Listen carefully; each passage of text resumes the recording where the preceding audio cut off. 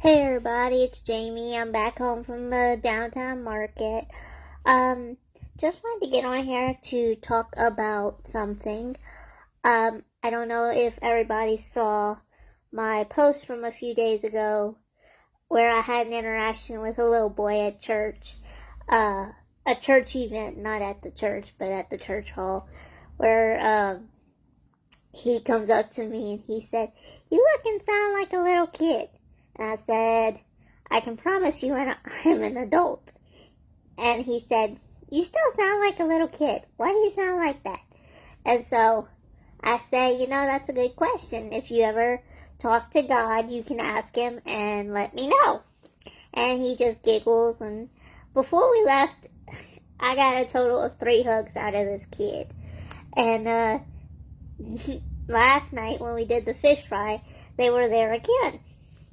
And he come up to me and he said, "I haven't talked to God yet." As if to say, I don't have your answer yet. And his little brother, who's about 4, started hugging on me too.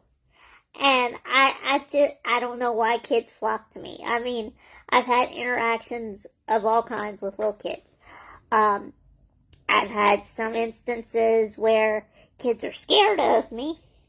Like one time when I was in 1st grade, I was right across from my old kindergarten class.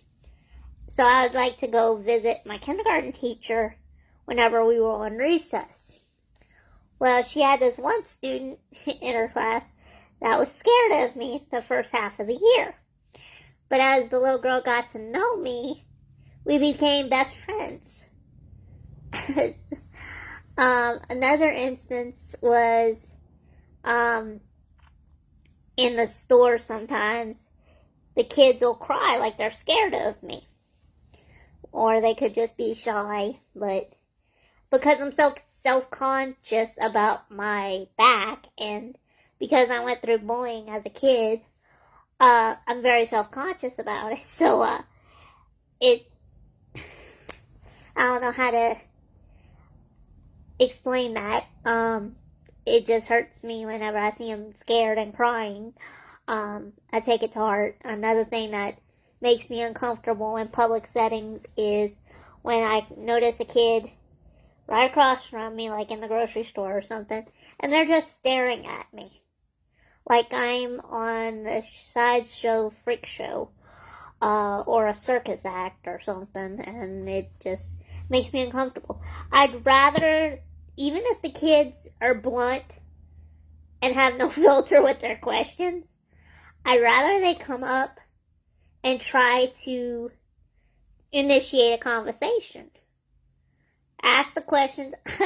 I don't get offended easy. I grew up in the Cormier household. You had to develop tough skin at an early age with the Cormiers. That's all I'm gonna say.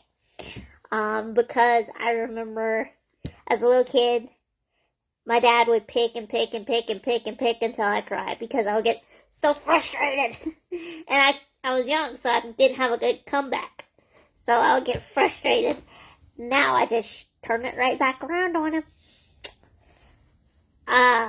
Yeah. And I realize now that he knew the world was going to be tough on me.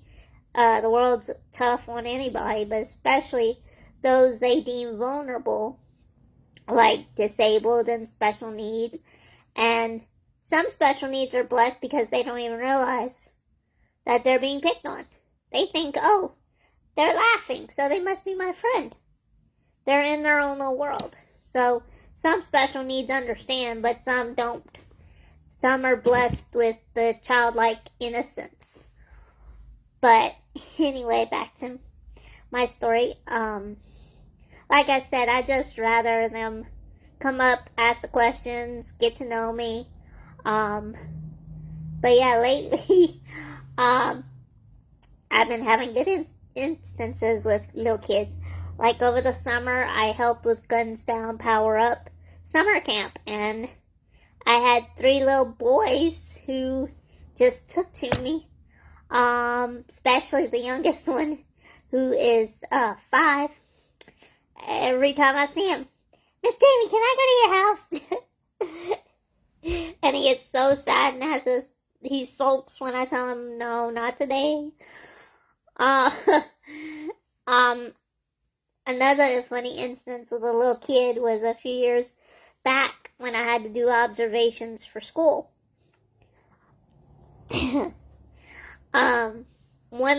One kid asked why my back was the way it was, and I said because I didn't drink my milk and eat my vegetables. I mean, if their eyes could have popped out of their head, they were like, really? I was like, no, not really, but it probably could have helped. I've had little cousins who would ask why I was so short for my age, and they were still at the age where they believed in Santa and all that. So I told them, I'm an elf from the North Pole. And I had an elf hat that year, so perfect. They gave me their Christmas list and thought, okay. Yeah. It's so funny. All the instances I've had with kids. I've had good experiences, I've had bad experiences. Well, not bad, but hurtful. And I know the kids don't mean to be hurtful. Well, not the little kids. Now, when you get in the preteen and teenage years, that might be a different story. I just find that kids are naturally curious. And the more we expose them to different cultures, different races, kids with disabilities or special needs, different hobbies, the more we expose them to different things, they're more well-rounded. I find kids want love and want attention, and they'll seek it any way they possibly can, whether it be misbehavior, acting out.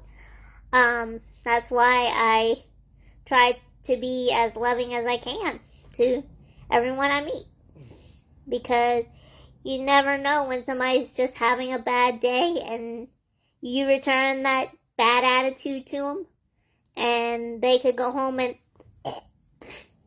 I mean, it's better to choose kindness. Yeah, sometimes it's hard. Sometimes it's really hard. Sometimes they do you so wrong, and it's just like, oh, I gotta get my leg back. No, that's not the Christian way. As hard as it is, you gotta turn the other cheek. And the only way we can do that is through God's strength. Anyway, enough rambling. Y'all have a good Saturday.